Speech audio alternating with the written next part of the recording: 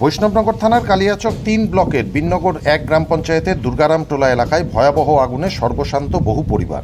রান্নার উনুন থেকে আগুন লেগে প্রায় ৩০টি বাড়ি পুড়ে ছাই হয়ে যায়। ৩০টি পরিবারের হাতে খাদ্য সামগ্রী সহ ত্রিপল, জামাকাপড়, বেশ কিছু রান্নাবান্নার সরঞ্জাম, ডিএম কিট তুলে দেওয়া হলো বিননগর ১ গ্রাম পঞ্চায়েত প্রাঙ্গণে।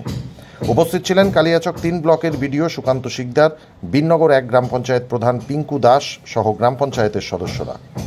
জানা গেছে, বিননগর এলাকার ভাঙন কবলিত মানুষ দুর্গারামটোলা এলাকায় কাঁচা বাড়ি করে বসবাস করছিল।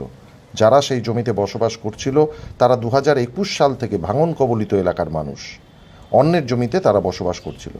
ব্লকের তরফ থেকে যাদের জমি কেনা নাই তাদের পাট্টার ব্যবস্থা করে দেবে ব্লক প্রশাসন, আশ্বাস দিলেন কালিয়াচক ৩ ব্লকের বিডিও সুকান্ত শিকদার।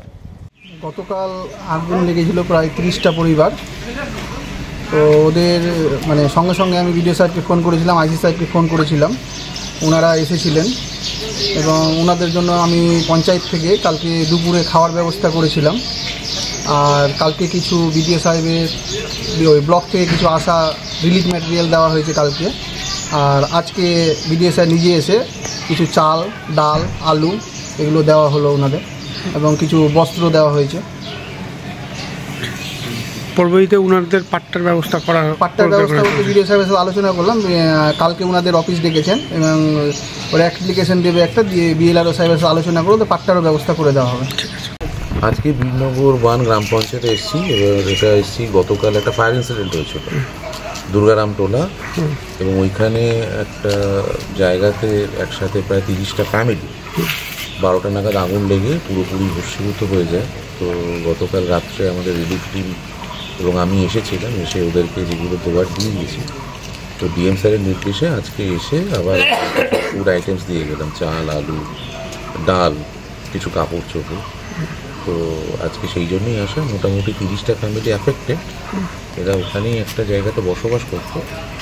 তো আজকে আমরা ডিস্ট্রিবিউট করলাম উইথ ডিএম কিটস অলসো।